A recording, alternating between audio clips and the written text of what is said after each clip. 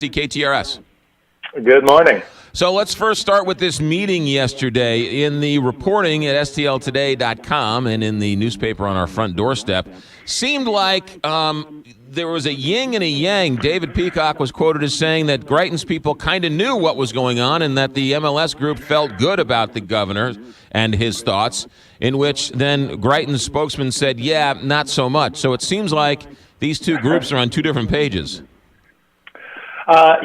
So essentially it was the ownership group had someone that was close to Greitens, they say, and they didn't get anything that was, that they thought was a signal to stop, basically, that they thought Greitens had heard about it and didn't say anything dispositive, so why it must be all right. Let's go ahead. And then, of course, the day before the vote on the 40 million tax credits, Greitens came out with this statement that sunk the whole thing. So they had this meeting yesterday, and they're apparently it was a good meeting, but they're still not sure what role, if any, the state's going to have.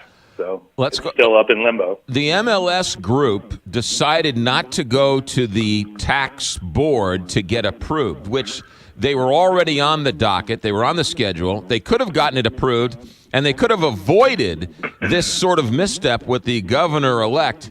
Why did they pull that back at that point?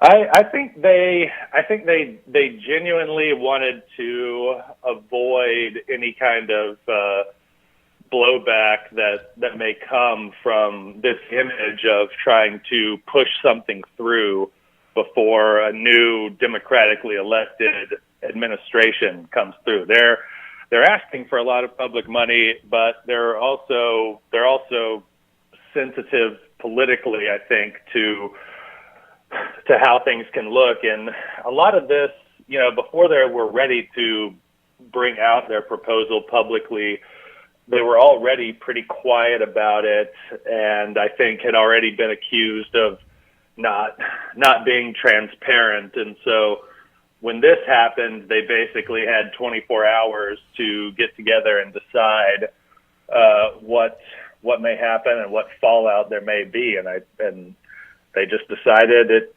wasn't worth it, and maybe they could convince the governor. But then after they pulled that, two more times since then, the governor-elect has continued to call it welfare for millionaires. So I don't think, and after yesterday's meeting, he says he's still opposed to public funding for stadiums, but both sides want to say they're optimistic about the future, but they keep saying if there's no state funding, it'll be very difficult to get it done, and they really need to know in a few weeks because the application to the MLS is due by January 31st. And it's also, I think that really even before that, the Board of Aldermen needs some kind of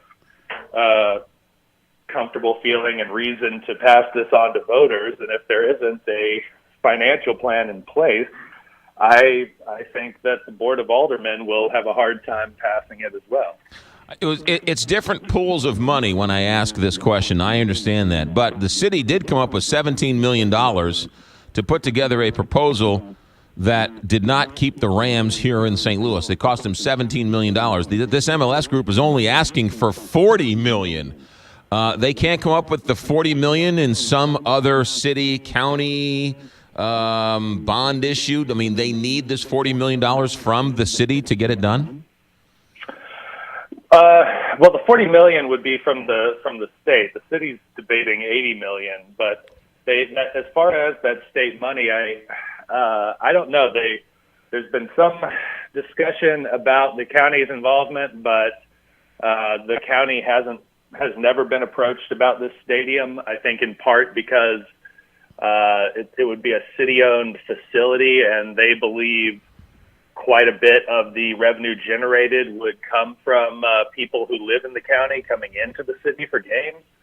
There's been, I think, some talk about a practice facility in the county if the stadium happens, but I think it's too late, really, to go ask someone, another public agency anyway, maybe an investor, but I think it's too late to ask a different public agency to come up with a $40 million plan, given that we only have a few weeks to throw it together. And so I think they've pretty much got to keep working with the state unless there is, and then even if someone else has, a private individual has $40 million on the spot, they're gonna, it's still got to be someone that they want to vet and that they want to work with.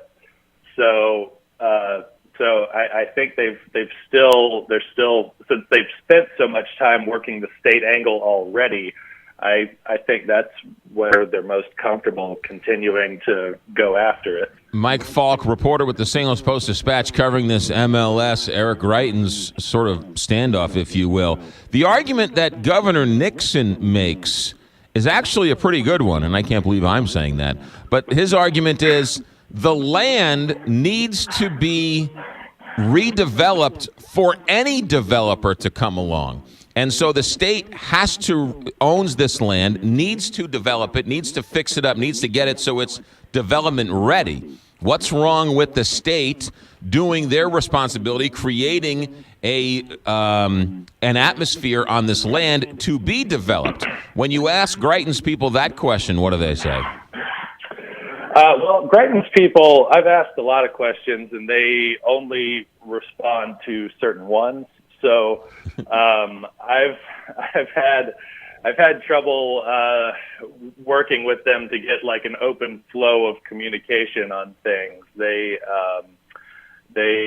So I haven't heard any opinion from them on that issue, unfortunately.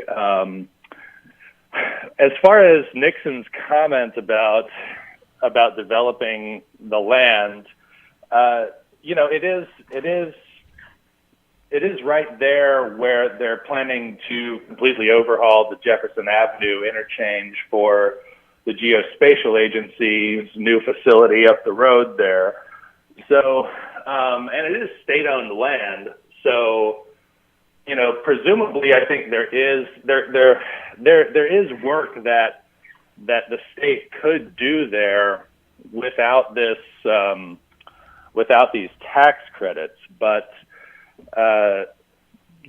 Nixon's point that something needs to happen there. It is a weird interchange. I think it was originally intended to be a highway connector or some kind of highway that was abandoned a long time ago and just became a weird spaghetti interstate exit. But that's, it's a fair point that something needs to happen with that land. But does it have to be these tax credits? I don't necessarily know about that. Yeah. Since Governor-elect Greitens has drew the line in the sand and said no corporate welfare for millionaires, there's been a number of stories at stltoday.com. $51 million for a bunch of developments, retail-wise, is one this morning from Jacob Barker talking about Cortex, wants another $20 million for the next phase.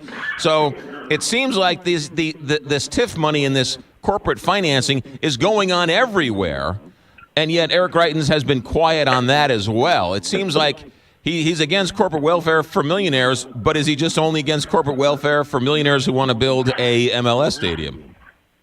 Yeah, I think it's a fair question of not just on this issue, but any kind of issue of public subsidies for private ventures.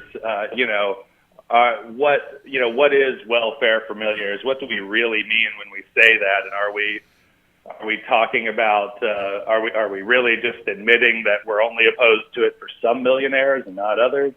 I think it's very fair to, in this process, look at the nuances of all sorts of programs where public money is going to private entities.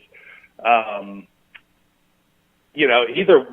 the bottom line is, it's people with their opinions on these they're making a judgment on public money, whether or not, if it goes to this specific project, is it going to have a net economic and, don't forget, a net political benefit. Yes, so, yes, yes.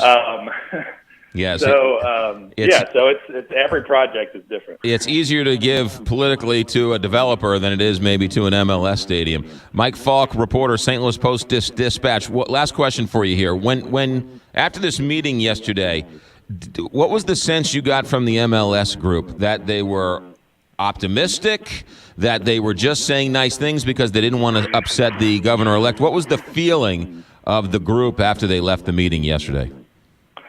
They were very calm. I didn't sense any frustration in their voices. So you can kind of take that for what it's worth. They appear to be following Greitens' lead. I think they've kind of thrown themselves down in front of him, and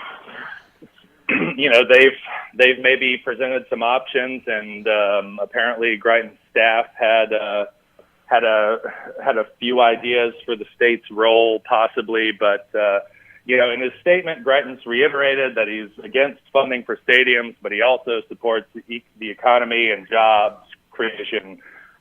They say that this stadium would create over 500 permanent jobs, and then untold numbers of businesses that would pop up around as part of the industry, the ecosystem that the new stadium creates. Right. So if somehow, I guess, Greitens comes around to seeing it as a job creation issue, maybe there is a way for him to sort of fudge the pretty adamant statements he made before on the issue. Yeah, Mike Falk, reporter with the St. Louis Post-Dispatch. Mike, thanks for checking in. We'll talk to you down the road. Thanks, guys. You got it. Mike Falk, STLtoday.com. You got to wonder. Him and Tony both sort of reading between the lines, listening between the lines, say that there might be a sliver of hope. So that's what I'm hearing, that there's a sliver of hope. But you know what? Here's the deal.